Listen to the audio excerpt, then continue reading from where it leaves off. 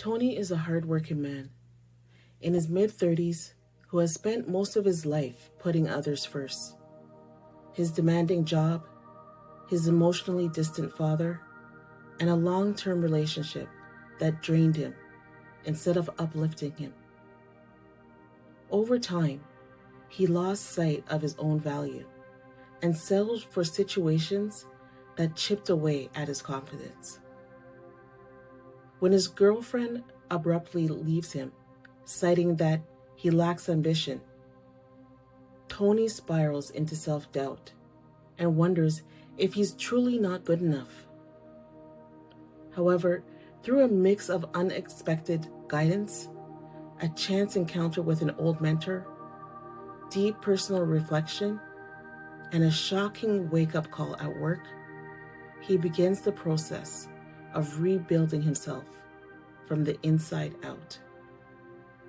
This is a story of resilience, self-respect, and transformation, showing men that their worth isn't tied to external validation, but rather to the way they see and value themselves. Tony sat at the dinner table, staring at the empty chair across from him. His girlfriend Rachel had just left, not just for the night, but for good.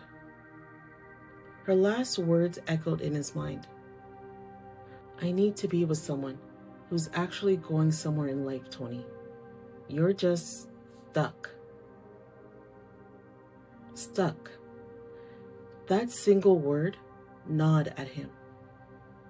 He had spent years working tirelessly at his corporate job, sacrificing late nights and personal dreams to meet deadlines and expectations. He had given everything to his relationship, always putting Rachel's needs first, making sure she had support, stability, and comfort. And yet, in the end, none of it was enough. For the first time in his life, Tony truly felt like he wasn't worth anything.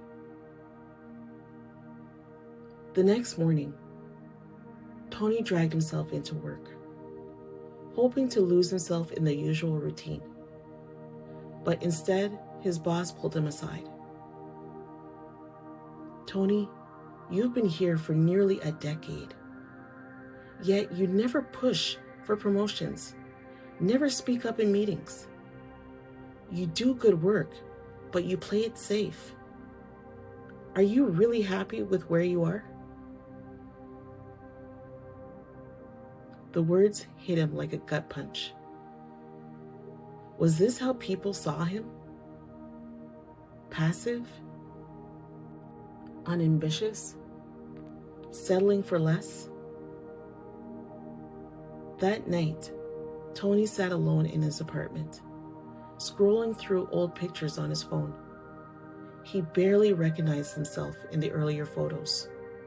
Smiling, energetic, driven.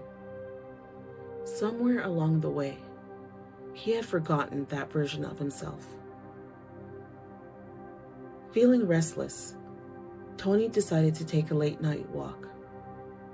As he passed a small boxing gym, he heard a familiar voice.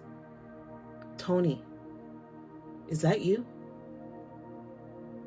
It was Coach Ramirez, his old boxing coach from high school. Tony had once loved the sport, but he had quit years ago, telling himself he didn't have time. The coach studied him for a moment and then smirked. "You look like a man who's been carrying too much weight on his shoulders. Why don't you step into the ring? Might do you some good." At first, Tony hesitated. It had been over a decade since he had trained, but something about the challenge awakened a fire in him. A fire that had been buried under years of people pleasing and self-doubt. He started training again, not just physically, but mentally. The workouts were brutal, but they forced him to confront his own weaknesses and push past his limits. As the weeks went by, something incredible happened. He stopped chasing validation from people who didn't appreciate him. He reclaimed his voice at work, finally asking for the promotion he had been too afraid to demand.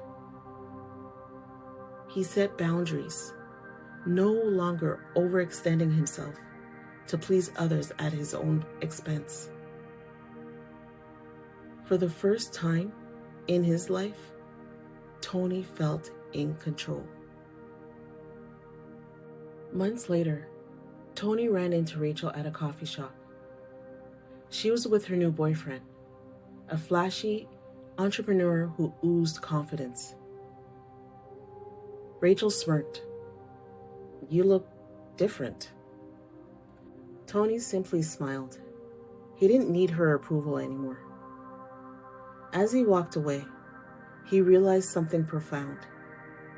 Self-worth isn't something you wait for others to give you. It's something you decide for yourself. And Tony, he had finally decided that he was more than enough. Together, let's move from doubt to power, one story at a time.